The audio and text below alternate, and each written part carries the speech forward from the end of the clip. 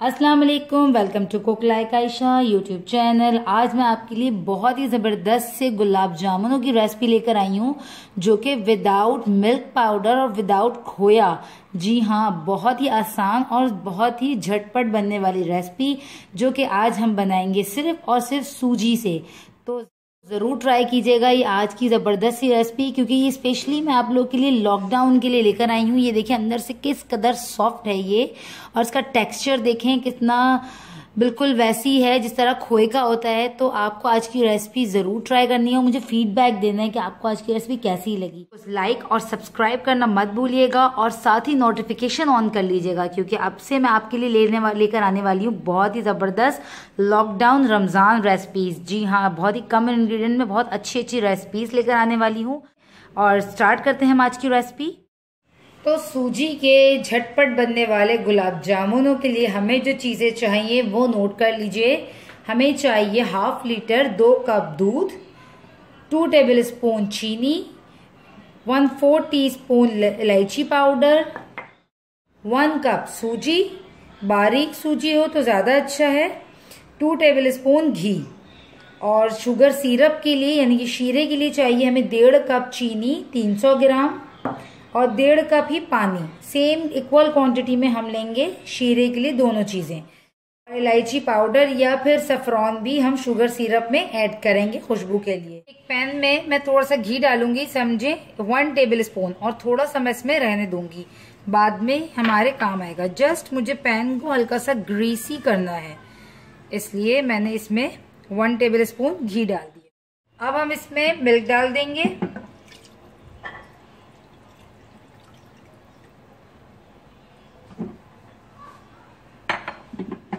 इसी में हम ये इलायची पाउडर और चीनी डाल देते हैं। चीनी चाहे तो आप साबुत भी यूज कर सकते हैं, क्योंकि हम जरा सा इस दूध को पकाएंगे उबाल आने तक, तो इतने में जो है चीनी भी डिसॉल्व हो जाएगी।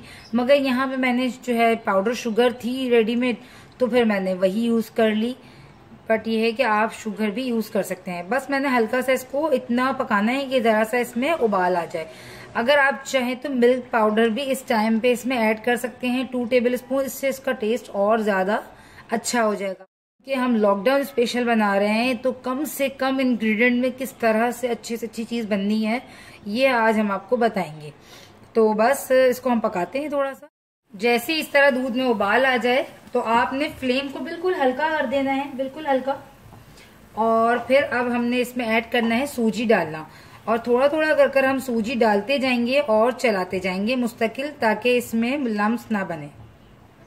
ठीक है, सूजी डालते हुए मुस्तकिल चलाना है, इस चीज का ख्याल रखिएगा। ये हमने सारी सूजी, 1 कप सूजी 2 कप दूध में डाल दी।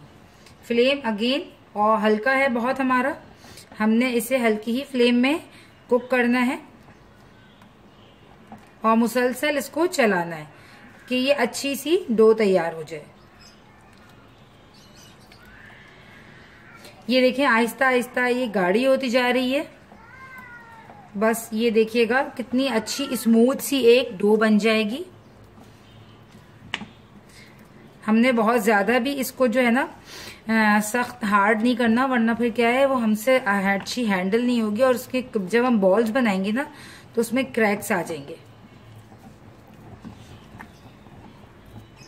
ये देखिए कितनी अच्छी डो बन रही है।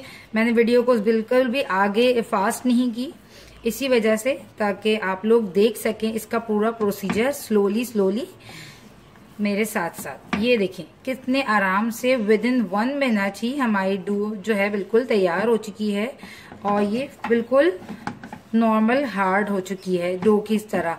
इस टाइम हम जो है फ्लेम ऑफ कर देते हैं और इसको उठा लेंगे। यहाँ मैं इसको एक प्याले में निकाल देती हूँ सूजी के डो को, और हल्का सा जैसी ये डो ठंडी होगी इस हमारी, हम इसको मलेंगे। अभी तो थोड़ी गर्म है तो हाथ लगाने में हमें प्रॉब्लम हो रही है, जैसी ही थोड़ी सी नॉर्मल होगी तो मैं इसे मलूँ। अब क्या करेंगे, हम हाथों को हल्का सा घी सा चिकना करेंगे। हल्का सा जो हमने थोड़ा आधा टेबल स्पून या 1 टेबल स्पून घी रखा था, वो हाथों पे लगाकर हम इसको मलना शुरू करेंगे। अभी भी ये बहुत गर्म है, तो संभल संभल के पर हमने हल्का गरम गरम ही मलना है, क्योंकि हम इसको पूरा ठंडा होने के लिए रखेंगे तो ये हार्ड हो जाएंगे। तो इसीलिए हमने इसको हल्का गरम गरम रहते हुए ही मलना है। और आप जहां जहां आपको थोड़ा सा फील हो कि ये लग रहा है हाथ में, तो आप हाथों को चिकना कर लीजिए हल्का सा घी से।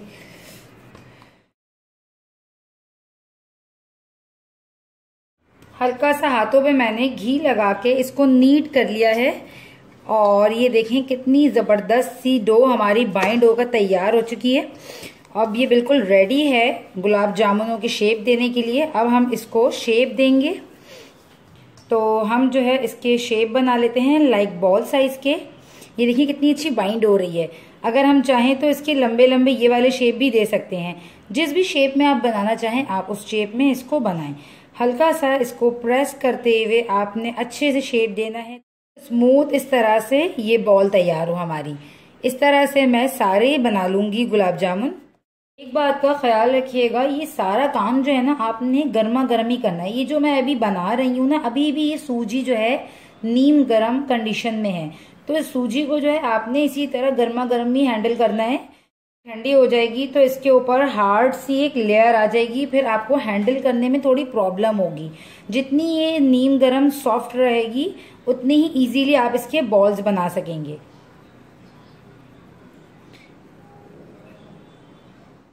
मैंने सारे बॉल्स बनाकर तैयार कर लिए हैं। अब हम करेंगे इनको फ्राई। देखिए तेल हमारा इतना गर्म होना चाहिए कि जब हम इसके बॉल्स डालें तो वो इस तरह से नीचे बैठ जाएं। ठीक है, यहाँ पे मैंने एक ट्राई करने के लिए जो है तेल को चेक करने के लिए इसमें डाला था। और अब मैं इसमें सारे बॉल्स डाल दूंगी।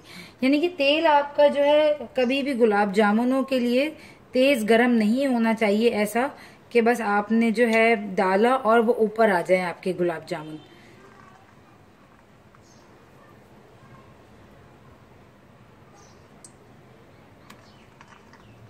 और इतने ही डालें जितने आप एक साथ हैंडल कर सकें। बहुत ज्यादा ओवर भी बहुत सारे एक साथ ना डालें, ताकि इजीली आप इसको फ्राई कर सकें।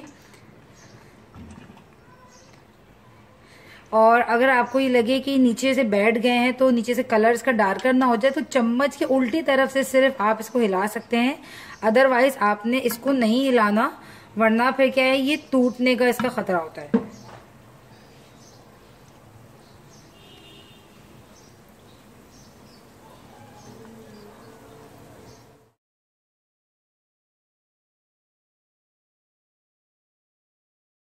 ये देखें गुलाब जामुन का कलर बहुत ही प्यारा सा लाइट, बिल्कुल जो ब्राउन वाला होता है ना वो इसमें आया। अगर आपको डार्क ब्राउन करना है तो अभी आप और इसको थोड़ा सा कलर आने तक ब्राउन कर लें। और अगर आपको बिल्कुल लाइट ब्राउन चाहिए तो आपने इस टाइम इसको उठा लेना है। मैं हल्का सा इसको और चाह रही हूँ, हल्का सा और ब्राउन कलर आए। मुझे थोड़ा सा ब्राउनिश जो है गुलाब जामुन पसंद है, तो इसलिए मैं इसको और थोड़ा सा कुक कर फ्राई कर रही हूँ। तो ये देखें परफेक्ट बिल्कुल गुलाब जामुनों का कलर आ चुका है। तो अब हम इसको निकाल देंगे। शीरा तैयार कर लेते हैं। तो चीनी डाल दी हमने और ये पानी।